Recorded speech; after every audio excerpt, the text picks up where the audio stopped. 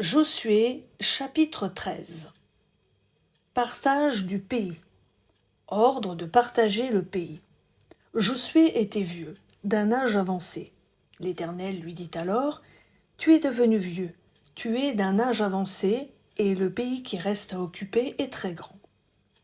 Voici le pays qui reste, tous les districts des Philistins et tout le territoire des Guéchouriens, depuis le Chior qui coule devant l'Égypte, jusqu'à la frontière d'Écron, au nord, contrée qui doit être tenue pour cananéenne et qui est occupée par les 5 ducs des Philistins, celui de Gaza, celui d'Asdod, celui d'Ascalon, celui de Gath et celui d'Écron, et par les Avviens. À partir du midi, tout le pays des Cananéens et Méhara, qui est aux Sidoniens, jusqu'à Aphek, jusqu'à la frontière des Amoréens. Le pays des Ghibléens et tout le Liban vers le soleil levant, depuis Baal-Gad, au pied de la montagne d'Hermon, jusqu'à l'entrée de Hamath.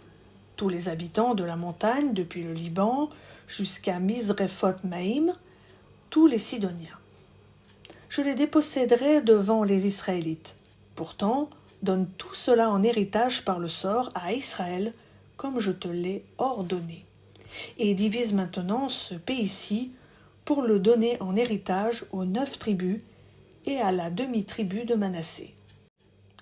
Avec l'autre demi-tribu, les Rubénites et les Gadites ont reçu leur héritage, celui que Moïse leur avait attribué en Transjordanie à l'est, et tel que le leur avait donné Moïse, serviteur de l'Éternel.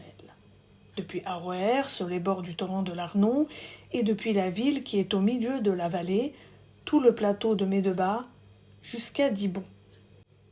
Toutes les villes de Sion, roi des Amoréens, qui régnaient à Heshbon, jusqu'à la frontière des fils d'Ammon. Galaad, le territoire des Guéchouriens et des Maacathiens, toute la montagne d'Hermon, et tout Basan, jusqu'à Salca. Tout le royaume de Og en Basan, qui régnait à Ashtaroth et à Édrei, et qui était l'un des derniers Réphaïm. Moïse frappa ces rois et les déposséda. Mais les Israélites ne dépossédèrent pas les Guéchouriens et les Maacathiens, si bien que Guéchour et Maacath ont habité au milieu d'Israël jusqu'à aujourd'hui. La tribu de Lévi fut la seule à laquelle on ne donna point d'héritage.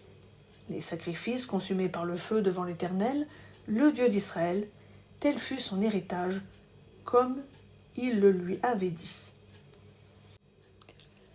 Partage du pays à l'est du Jourdain. Moïse avait donné à la tribu des Rubénites une part selon leur clan.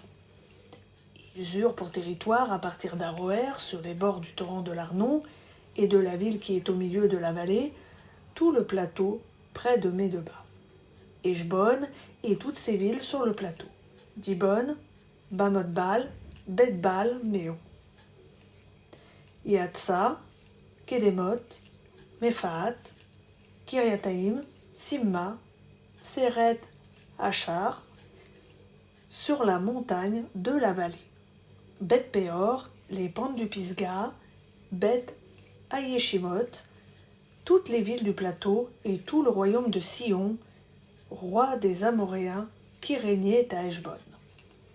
Moïse l'avait frappé, lui et les princes de Madian, Évi, Rékem, Tsour, Our et Réba, vassaux de Sion et qui habitaient dans le pays.